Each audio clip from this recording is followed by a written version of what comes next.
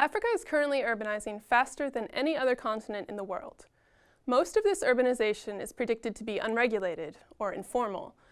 But there's another part of this complex story, and that is the hundreds of planned cities and new towns currently being developed across the continent. I'm a PhD candidate from the Department of Urbanism, and today we'll discuss new towns in Africa, identify spatial challenges associated with the contemporary new towns, and explore lessons for future development. Let's start by defining new towns. When we talk about new towns, we're referring to urban developments constructed on previously unbuilt greenfield sites, or what is officially considered greenfield.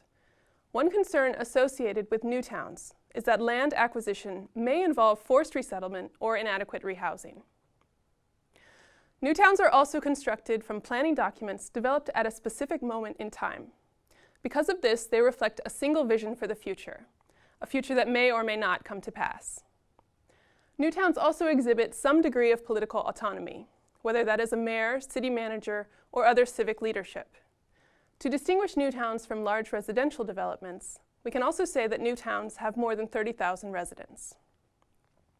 New towns and planned cities are not new to Africa. Archaeological evidence indicates comprehensively planned ancient cities in countries like Nigeria, Angola, Egypt, Tanzania, and Ethiopia, among others. Many of these cities were destroyed by colonial warfare during the 19th century. Following this, colonial occupiers constructed many new towns of their own.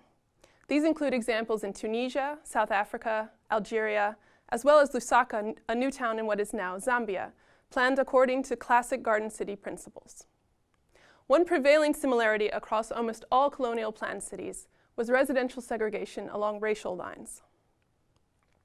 During the early independence era, beginning in 1960, some African governments began construction of purpose-built new towns, new capital cities. Abuja, Nigeria, Dodoma, Tanzania, and Gaborone, Botswana are all examples of this kind of state-led urbanism.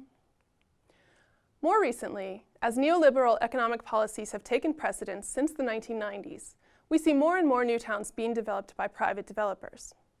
This chart shows a shift since 1960 from new town construction aimed at low and middle income groups, mostly state-led, towards private development predominantly from international developers and targeting middle and upper income groups. These new towns largely function as enclaves, advertising their housing with terminology that references safety, lifestyle, and less explicitly, homogeny, or people like you. You might say, why is this a problem? Privately developed new towns meet a market demand. They supply housing for people who can afford it. The problem is that most African countries currently face huge housing deficits. The rate of housing construction cannot keep pace with natural repopulation and influx of new residents from rural areas. When housing is constructed for low-income groups, it may remain financially inaccessible or become sub-rented to middle-class groups, meaning that the urban poor continue to live in areas without access to public services like clean water, sewerage, electricity, and paved roads. What we see now with many new towns throughout Africa is that unregulated settlements grow up adjacent to the new town. The new town thus functions as an enclave, and although there may be significant social and economic exchange between the two communities, spatial segregation remains distinct. In this example, Quilamba, Angola, a new town opened in 2012, an unregulated settlement has grown parallel to Quilamba, and despite their interdependencies, a single road establishes a clear boundary between the two. Residents living in the area east of the new town do not have access to the clean water, reliable electricity, well-maintained roads, and sewage system that makes Quilamba such a popular place to live. Despite idiosyncrasies of geography, planning history, culture, and climate, we can still identify spatial challenges that are endemic to almost every new town plan since 1990. In addition to spatial segregation, these are a lack of public transit, a lack of high-quality public space, very little consideration of climate change threats, a lack of housing stock diversity, and poor waste management. Having identified these challenges, what are some ways to do this better? New town planning can be a solution to these issues by translating the challenges into potentials. If we consider urbanization as a tool for development, we can plan future new towns that extend public services to surrounding areas, anticipating the growth of unregulated communities rather than ignoring it. We can plan new towns that acknowledge climate change threats, such as potential flooding, drought, or variable influxes of climate refugees.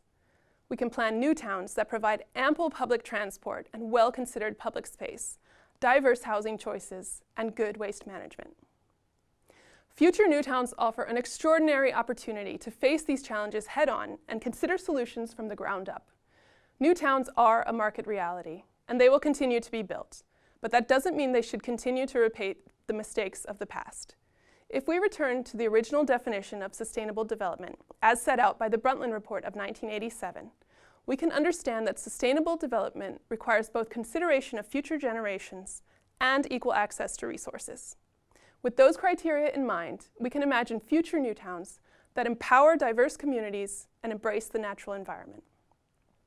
Thank you for watching, and I'd like to close by inviting you to reflect on new towns in your own countries. Do you see the same challenges presented here? What's the same and what's different?